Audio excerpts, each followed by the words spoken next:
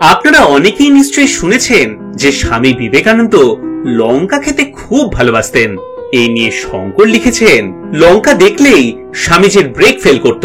একবার তাকে জিজ্ঞাসা করা হয়েছিল, আচ্ছা আপনি এত লঙ্কা খান কেন?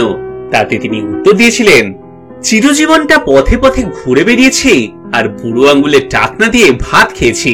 লঙ্কাই তো একমাত্র সম্বল ছিল। ওই লঙ্কাই তো আমার পুরনো বন্ধু ও মিত্র।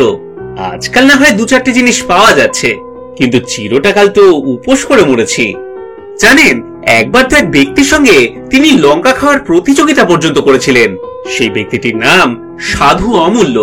সেবারে গোবিন্দ বসুর বাড়িতে খেতে গিয়ে তিনি স্বামীজিকে দেখিয়ে মনের আনন্দে একটি শুকনো লঙ্কা খেলেন। সেই দেখে তো স্বামীজি দুটো লঙ্কা খেলেন, উল্টে অমূল্য খেলেন তিনটে, তো স্বামীজি খেলেন চারটে। এইভাবে চলতে চলতে শেষমেশ স্বামী বিবেকানন্দেরই জয় হয়েছিল। তবে শুধু খাওয়াই নয়, রান্না করতে বসেও তিনি প্রচুর ঝাল দিতেন। এদেশে তো ছেড়েই দিন, খোদ মার্কিন দেশে বসে হামানদিস্তা দিয়ে মশলা গুঁড়ো করে রান্না করতেন। একবার ইডা অ্যান্সেলকে ঝাল খেতে দিয়ে বলেছিলেন, খেয়ে দেখো, এতে তোমার ভালো হবে। যেইটা একবার বলেছিলেন স্বামীজি বিষ দিলে তাও খেতাম, তিনি কি আর সেটা অমান্য করবেন? দিব্যি খেয়ে নিলেন। কিন্তু মেম সাহেব মানুষ, অত ঝাল কি আর সহ্য হয় তার? সেবারে সেই ঝাল খেয়ে ইডার বেশ অসুবিধা হয়েছিল। তবে স্বামীজি তো ঝাল ছাড়া একদম খেতেই পারতেন না।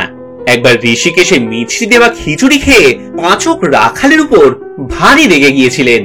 বলেছিলেন, তুই খিচুড়িতে মিষ্টি দিয়েছিস? তোর খিচুড়িতে কখনো মিষ্টি দেয় রে? তোর একটা আক্কেল নেই? সেই বিবেকানন্দেরই একবার লন্ডনে বসে খুব ইচ্ছে হলো লঙ্কা খাওয়ার। তখন তো সে জিনিস ওই দেশে একেবারে মেলে না বললেই চলে। কিন্তু খুঁজতে খুঁজতে হোয়াইটলির দোকান থেকে 3টে কাঁচা লঙ্কা পাওয়া গেল। তবে দাম শুনলেই তো চক্ষু চড়ক হয়ে যাওয়ার উপক্রম।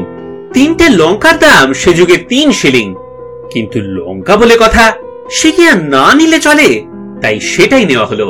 সে লঙ্কায় ঝাল ছিল, তবে গন্ধ ছিল না। সেগুলোই ব্রেকফাস্টে স্বামীজি একের পর এক চিবিয়ে খেয়েছিলেন।